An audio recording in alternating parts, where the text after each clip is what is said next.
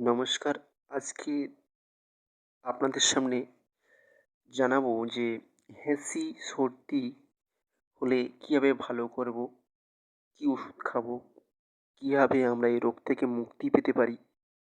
সেই সম্পর্কে আজকে জানবো। যারা হেঁচি হচ্ছে, ভালো হতে পারছেন না বছরের পর বছর বা অথবা ২-৩ দিন, ৪ দিন, ৫ দিন, ৭ দিন সমান হেঁচি হচ্ছে, বন্ধ হচ্ছে না এবং হেঁচি থেকে প্রচণ্ড পরিমাণে সর্দি হয়েছে। এবং সর্দিতে নাক বন্ধ হয়ে যাচ্ছে, মাথা ভার হয়ে গেছে এবং নাক দিয়ে নিঃশ্বাস নিতে পারছেন না, বুকে সর্দি ভর্তি হয়ে যাচ্ছে, হাত পা ব্যথা, জ্বর জ্বর ভাব, চোখ মুখ দিয়ে জল ঝরছে। এক্ষেত্রে আমরা কী ওষুধ খাবো? এরকম লক্ষণে অনেকে বুঝতে পারছেন না। কোন ডাক্তার দেখাবো? কী ওষুধ খাবো? কী, কী পরিষেবা নেবো? সেই সম্পর্কে আমরা জানবো।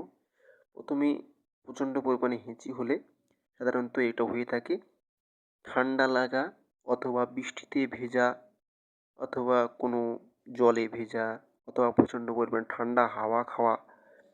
সেই ঠান্ডা হাওয়া থেকে শরীরে ঠান্ডা লাগে এবং লেগে সেটি সর্দিতে পরিণত হয় এবং তার থেকে প্রচণ্ড পরিমাণে অ্যালার্জি সৃষ্টি হয়ে হেঁচির সৃষ্টি করে। অনেকের আবার প্রচণ্ড পরিমাণে রৌদ্র ঘোরা এবং রৌদ্র থেকে ঘরে আসার সাথে সাথে প্রচণ্ড পরিমাণে জল খাওয়া, রৌদ্রে ঘোরাকালীন আইসক্রিম বা ঠান্ডা জাতীয় কিছু খাওয়া, এর থেকে অনেকের হেঁচি বা সর্দি হতে পারে। এবার হেঁচি হলে, সর্দি হলে সাধারণত কী করবেন? সাধারণত কম জলে চান করবেন এবং জ চানটা কম জলে করতে হবে এবং সাধারণত খুব যদি বেশি হয়, প্রয়োজন হলে ১ দিন চান বন্ধ করে দিতে পারেন এবং তাছাড়া সামান্যতম হলে মাথা ধুতে পারেন এবং গাটা গরম জলে তোয়ালে ভিজিয়ে গাটা মুছতে পারেন। ঠান্ডা খাওয়া যাবে না, জিনিস খাওয়া যাবে না, ঠান্ডা হাওয়া লাগানো যাবে না এবং ঠান্ডায় চলা যাবে না। সবসময় সুতির জিনিস পরে থাকতে হবে। এবার শুনি আমরা এর জন্য তাতেও যদি ভালো না হয়ে থাকে তাহলে আমরা কী ওষুধ খাবো? সে ওষুধ সম্পর্কে জানবো।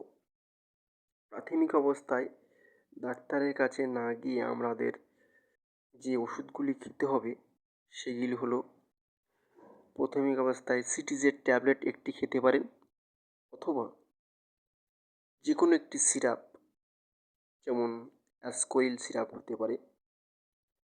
এরকম ধরনের কোনো সিরাপ যে সিরাপে অ্যালার্জি নেই সেরকম ধরনের টারবোটালিন বা এরকম ধরনের কোনো সিরাপ আপনারা খেতে পারেন। সিরাপ খাবেন, সে সিরাপটা আপনার শরীরে স্যুট করবে সেরকম সিরাপ এবং ভালো নামি দামি কোম্পানির একটি সিরাপ খেতে পারেন। খেলে হেঁচি সর্দি থেকে আপনি মুক্তি পাবেন। চ্যানেলটি ভালো লাগলে প্লিজ সাবস্ক্রাইব করবেন। আপনাদের কিছু জানার প্রয়োজন থাকলে প্লিজ কমেন্ট বক্সে লিখবেন। প্লিজ একটি সাবস্ক্রাইব করবেন। Thank you.